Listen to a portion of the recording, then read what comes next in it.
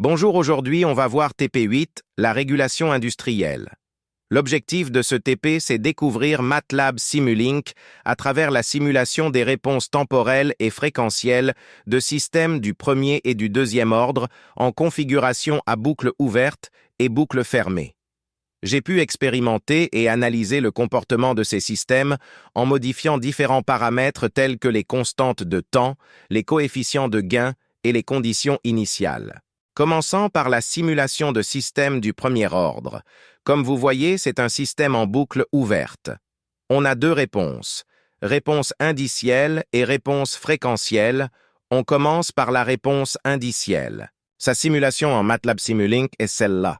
On peut déterminer graphiquement les paramètres du système qui sont le gain statique, la constante de temps et le temps de réponse. On passe à la réponse fréquentielle. Cette dernière se compose en deux diagrammes, diagramme de Bode et diagramme de Nyquist. On commence par le diagramme de Bode. Pour obtenir le diagramme de Bode de la fonction GP, on exécute ce script dans MATLAB pour effectuer la simulation. Le résultat obtenu à partir de la simulation est le suivant. On passe au diagramme de Nyquist. Pour construire le diagramme de Nyquist de la fonction GP, nous simulons le script correspondant sur MATLAB. Le résultat de simulation nous donne. Le diagramme de Nyquist nécessite. On passe à la simulation de système du deuxième ordre. Ici, on a un système en boucle ouvert. La réponse indicielle, sa simulation en MATLAB Simulink, est celle-là. Les paramètres du système sont.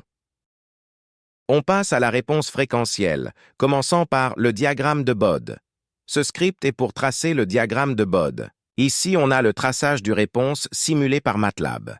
Le diagramme de Nyquist, pour tracer le diagramme de Nyquist de fonction GP, on fait la simulation de ce script sur MATLAB.